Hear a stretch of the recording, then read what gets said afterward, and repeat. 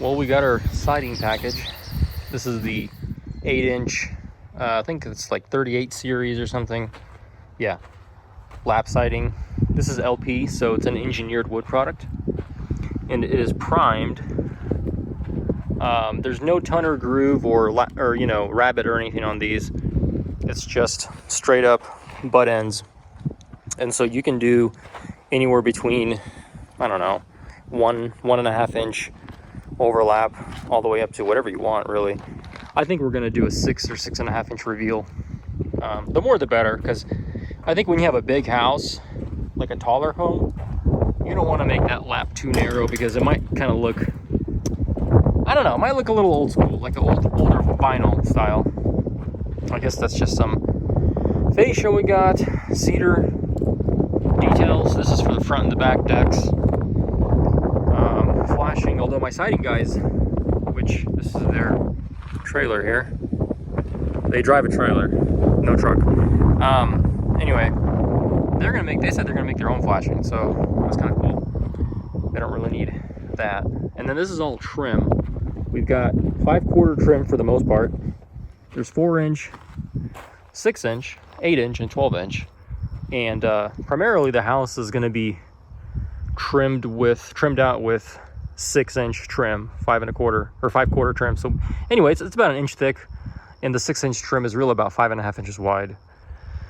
And every opening, every window, every door, they get that trim. Now, of course, between the windows where you have framing between the windows, or especially windows that have just 2 studs in between, they are going to have the 4-inch trim because the 6 inches doesn't fit in there. This is a prime example of where that happens. So like on the outside, you can get your 6-inch trim on here, right? But once you get to the inside, you can't. You go down to the 4, which is actually 3.5. And even then, the 3.5 might be a little tight. So they actually have to rip it down. And whenever they rip or cut this trim, which is primed, just like finished trim, you got to do something to it, whether you prime it or paint it. In this case, you prime it because it's primed. So you prime the cut ends, the fresh exposed ends, get some primer on there, and then install them. And if your framers are doing the siding, meaning they frame the house and they immediately put the siding up, it's a good idea to confirm that, because most of the framers I talk to, if I ask them to do siding, they're like, yeah, totally. And then they tell me that, oh yeah, we don't prime the cut ends. So that's a whole different level of work. Maybe that was just my experience, or maybe most framers are that way. But long story short, I've been basically advised to find a dedicated siding crew, because they that's what they do. They do siding, and they do a good job. Your framers, frankly, they just want to get the job done and go to the next house. And as annoying as that is, that's the reality of it. So no shame in, doing your siding later. Also, have you guys ever seen this many staples in one stud? I haven't until now.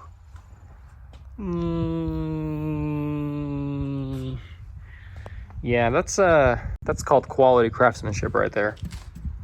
I don't know. Or maybe somebody was like, I want to empty out the magazine clip of my staples so I can go home. Oh, here's a good 2x6. So one thing I decided on with our house to have a mounting box anywhere where there would be a protrusion in the home. This included outlets, water spigots, and also things like utilities going into the house. It's basically just a 5/4 piece of trim that I cut to shape to trim out the opening. And then my siding guys would later come back and flash and caulk these mounting boxes. I think they're referred to as mounting boxes, or maybe they're called J-boxes, I'm not quite sure. Here we have an accent wall on which we used LP's Cedar shake siding. This just kind of helps break up that continuity of the horizontal lap siding. The plan is to paint these accent walls a slightly lighter color so that they stand out just a little bit. Just wait for me.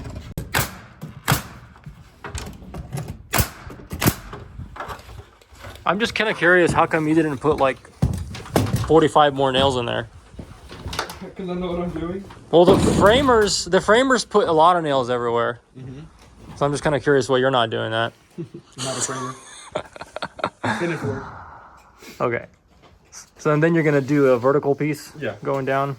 With a multi-tool too. You're gonna cut that fascia down. Yeah. Fluff with the freeze board. Oh, I see. Just fluff with the freeze board. Details. Interesting.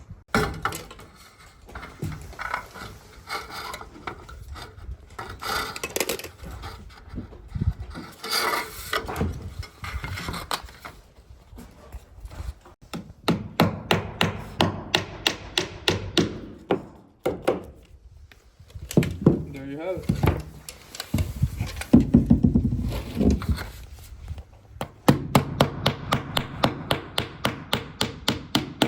So you guys make all this flashing here, right? Yeah.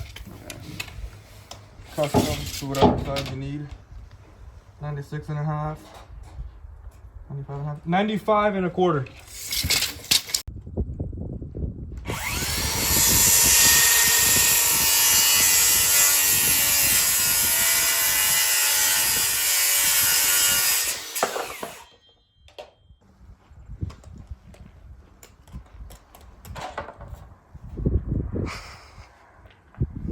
Recording you?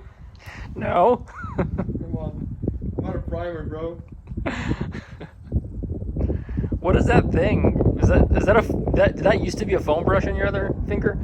Yes. This one keeps falling on. Do you guys need more foam brushes? Yeah, maybe. I'm gonna get some more primer. Oh, I got one more. Just line it up and I'll see if it's level.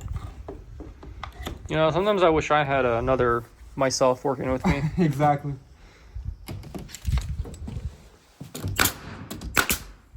Where's Michael? Where's Michael? Working. Oh man. Hold on, so explain what we're doing here. You know, wrap this with some panel material. Flush with this soffit board. And then we're gonna have lap siding on the left, and then this whole wall here is gonna be like an accent cedar shake siding. So we have a transition piece between it, 6 inch 5/4 trim. The lumber guy called. He goes, "What are you guys using so much 6-inch trim for?" Like all the windows. He's like, "You're doing all of the windows everywhere?" I'm like, "Yeah." So we're gonna be sending back a lot of 4-inch trim.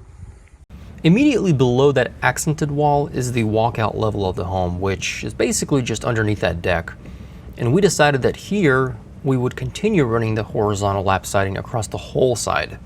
You can also see that they flashed the trim in the J boxes here. And here's some progress on the back side of the home. Again, that top deck wall will be accented with a cedar shake. So what are they called? Yeah, H-clips, H-ones. So you put the H clip in there, Yeah. and then you just slide it. I didn't cut it down though, it's a little too big. It's not much. A little too tight. Yeah.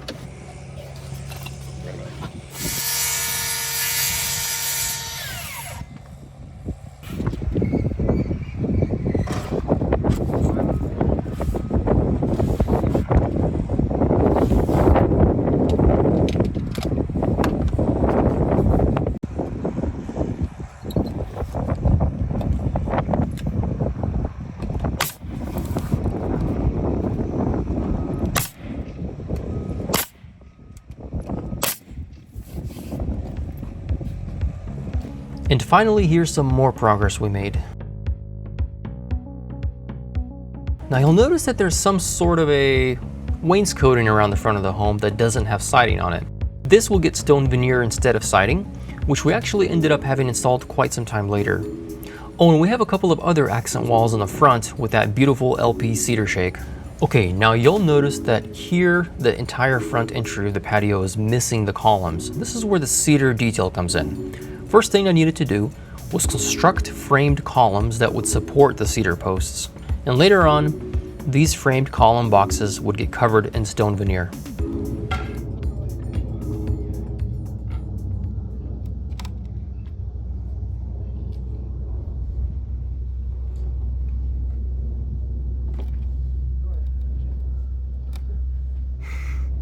I'm coming.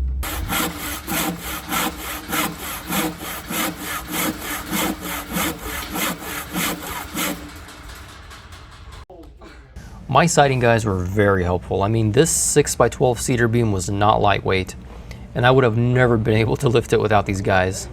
Daniel and David, if you guys are watching, thank you very much.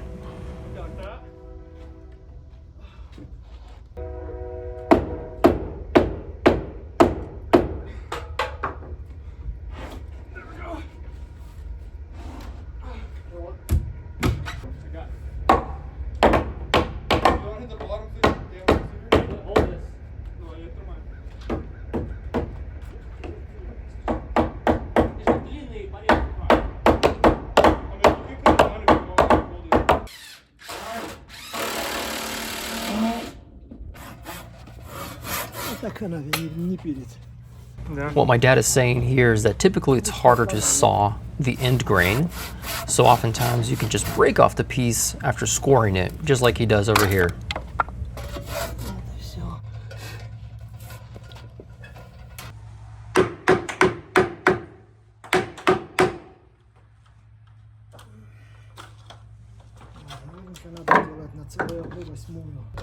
The rest of the vertical posts were a little bit easier. We just needed to make sure that they were tight enough to actually, provide support, but also not too tight where you can't even insert them at all. Now the backside was a bit more tricky. The 6x12 we used back there was, I think, either 18 or 16 feet long or something like that. But the siding jacks were a total lifesaver, of course, but this time when the guys lifted the beam into place, I think I saw Daniel's life flash before his eyes when he lifted his end. Pretty sure the only reason they placed it in was due to the pure fear of dropping the beam and getting hurt. The rest of the cedar beam detail in the front was pretty much finished.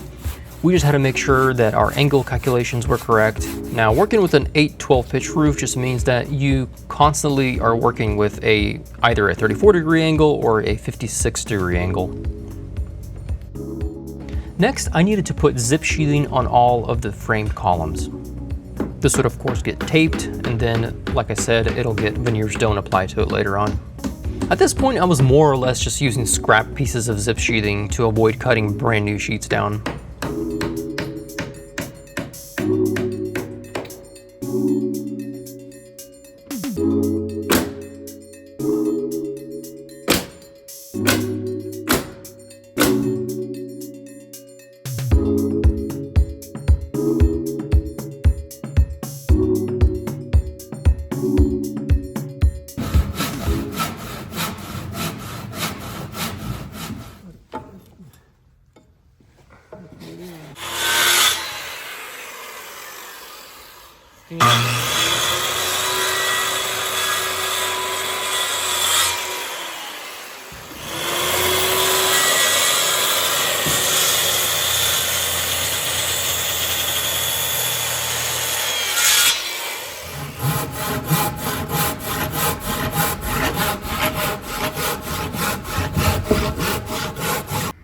Here it's 56 degrees, but we do the opposite, which is 34.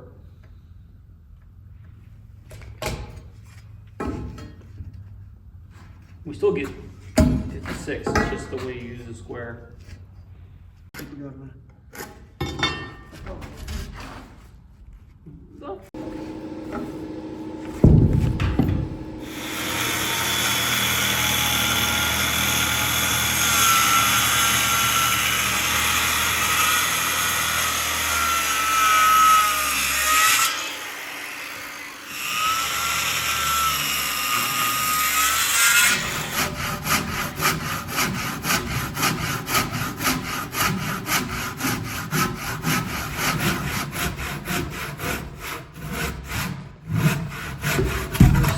Pinch it in there.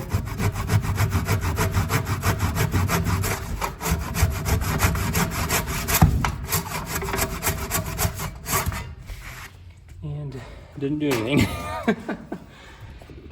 I'll leave it as is.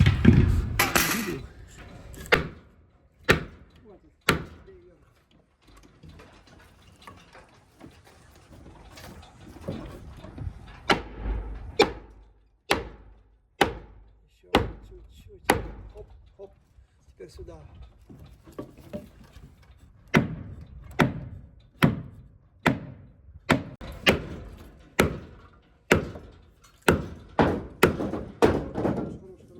Потянет вниз.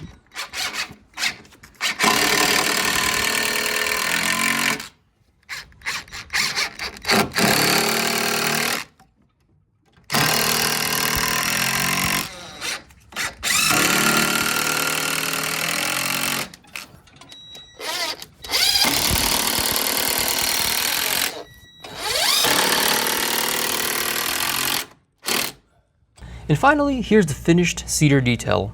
All I had to do now was apply some protective stain on it. The product that I ended up using is called Flood, and it comes in a variety of shades. I personally like the color of fresh cedar, so I used their clear option, which just gave the cedar a deeper color and just added some definition to the wood. I will say that in hindsight, this product probably needs to be reapplied once a year on surfaces that get a lot of direct sunlight exposure. But if the surface is in the shade or something like that, then maybe you can get away with a couple of years between coats. Now, as we're working on the siding and the cedar, my excavation guy and his crew came out and started installing the septic field, or the septic system, I guess, in general. This consisted of a large septic tank, I think it was like 1,500 gallons or something, and an engineered septic lateral field. And since we're building out in the country, you know, nobody out here has public sewer systems, so everyone has their own septic tanks and fields. And depending on the soil condition, your septic field may need to be engineered and approved by the county, which is what happened in our case. Here you can see they are excavating the field, and basically what happens here is they excavate to a specific depth, then they add a thick layer of sand, and then I believe they lay down the perforated PVC pipes that make up the lateral leach field, and then those PVC pipes are covered with clean gravel, and then that's all backfilled with the soil. That's pretty much it for this video. With so many things going on at the same time, you might notice me jumping back and forth in terms of the timeline. But this allows me to edit the videos in a way where each video is maybe 1, 2, 3 different topics. But in reality, of course, we all know that in 1 week you can easily end up doing like 12 different things. But hey, stick with me, and in the next videos, I think we should start finally showing you guys how the geothermal system was installed.